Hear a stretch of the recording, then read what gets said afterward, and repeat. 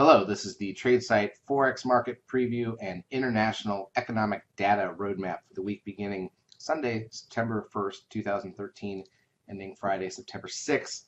Obviously, keeping in mind that Monday, September 2nd, bank holiday here in the U.S. for Labor Day. So we will not be making any trade calls on Sunday. We will post levels as usual for those that want to play the non-U.S. pairs, but typically with the holiday action, there's not much going on here in the U.S.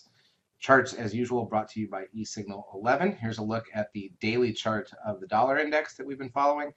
Got a little bounce this week. You'll notice we were 12 bars down on our secret tool count, looking for that 13.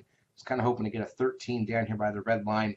Instead, we've ticked up, so now we run the possibility that any rollover with just a day or two's movement lower will give us a 13 without being near that static trend line.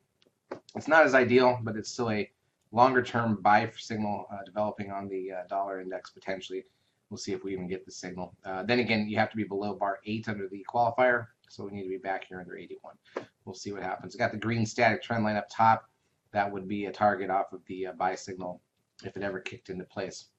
Let's take a look at some of the daily charts of some of our favorite pairs. The euro dollar, you can see how it used that green static trend line. Only got to 11, never got the 13 sell signal, but look how well it used that line as resistance, never got through, and then rolled over. So we're in a neutral rating here, a neutral standing on all these. Here's the pound, pretty amazingly got right up to that static trend line also. You notice that's not the highs. Okay, there was a little bit higher point here.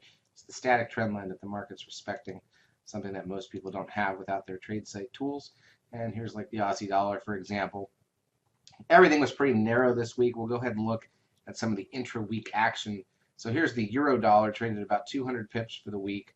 But you can see, Sunday into Monday, very flat. Monday into Tuesday had some down and back up, but overall flat. Wednesday was the little movement. Thursday was the better day of the week. Friday, we didn't really get anything till the U.S. morning, where people were selling off for end of week going into the long weekend with the uncertainty of Syria out there and stuff like that. So there was a little action there, but really a flat week overall. And if I flip that back to the pound dollar, even flatter, 170 pips of range on the pound dollar for the week. Aussie dollar, and it had a good week the week before, but about 150 pips of range here as well. So you can see not much going on overall. We are still in that August doldrums. We have been half size because of it. Now that we come out of Labor Day, traditionally, we start to look for some improved action, some better ranges in the market. If we see them, then we'll go back to full size. But we don't just jump back to full size because Labor Day's over. Remember last year, we really had a problem all the way till the end of the year because of the fiscal cliff crisis that was manufactured and didn't get resolved until the end of the year and plus. Same thing, not the same thing this year. We don't have that as much to worry about. There are some budget difficulties out of Washington again, and potentially another silly debt ceiling limit battle. You hope that doesn't drag on too long. Maybe they can get this going and get the sequester behind us. That would do wonders for the Forex market if they did, but we'll see what happens. So hopefully it doesn't. I don't think it's going to look quite as bad as last year, but certainly depends on how some of that plays out. Let's take a look at the economic data coming out this week. Now keep in mind, remember, U.S. is closed Monday. So we start with Sunday. Overseas Trade Index out of New Zealand, AIG Manufacturing Index out of Australia, capital spending out of Japan, building approvals out of Australia. Then you get into Monday, Australian commodity prices, Spanish manufacturing PMI, Italian manufacturing PMI, European broad manufacturing PMI, same with the UK, Canada and the US on bank holidays, so nothing going on. Japanese monetary based Monday night, retail sales and current account out of Australia, 10-year bond auction out of Japan, rate announcement out of the Bank of Australia, GDP from Switzerland, Spanish unemployment change, that's not a big one, construction PMI out of the UK, PPI out of Europe, 5 a.m. Eastern time Tuesday morning. Now we're open here in the US. ISM manufacturing PMI data out of the US along with manufacturing prices. Nothing until the evening then, AIG Services Index out of Australia and their GDP. Wednesday, all of Europe's services PMI data, including the UK, retail sales and revised GDP out of Europe, trade balance out of Canada and the US. That's one of our big three each month, so we would be half size. Ahead of that one, we'll probably still be half size anyways at that point. Canada's rate announcement from the Bank of Canada.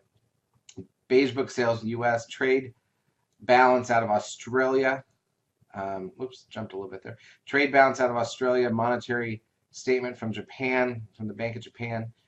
This is all going into Thursday. 10-year bond auctions out of Europe. Rate announcement out of the Bank of England. Rate announcement out of the ECB in Europe, and their press conferences. Unemployment claims. That's a weekly number out of the U.S. along with non-farm productivity and unit labor costs.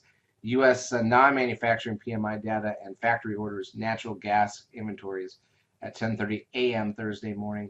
So the big one so far is trade balance. Bank of Japan monthly report and leading indicators.